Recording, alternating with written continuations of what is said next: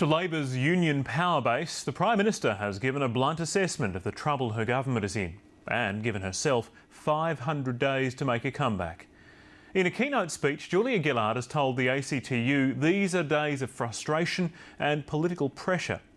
But in an address she delivered off the cuff, Ms Gillard has warned against despair, called on her supporters to stiffen their spine and vowed to fight for 500 days to win the next election. Here's Chief Political Correspondent Mark Simpkin.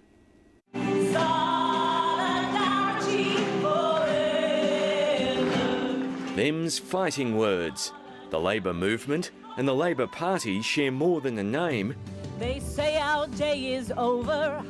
They say our day is through. Both are reading from the same defiant songbook. We should not allow days of political pressure to become a council of despair.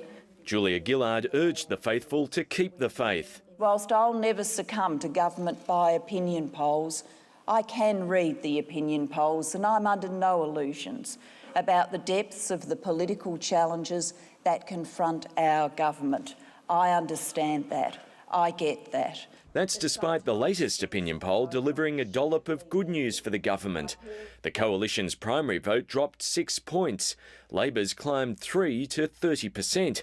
After preferences, the opposition's lead has been cut, although it means Labor's poll positions improve from catastrophic to terrible. We should ensure that we stiffen our spine and we get on with the work that working Australians want us to do. It's not entirely clear if the wake-up call's aimed at the unions in front of her or the nervous caucus she wants firmly behind her.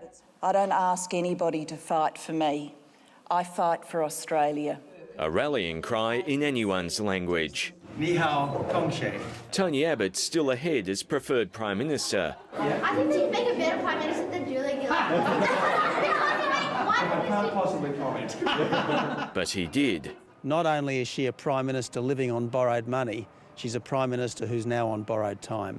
One senior Labor MP reckons Julia Gillard's only got a few more news polls left in her. But most in the party say there's no mood for a leadership change. Much will depend on where the polls go from here and on the Craig Thomson scandal.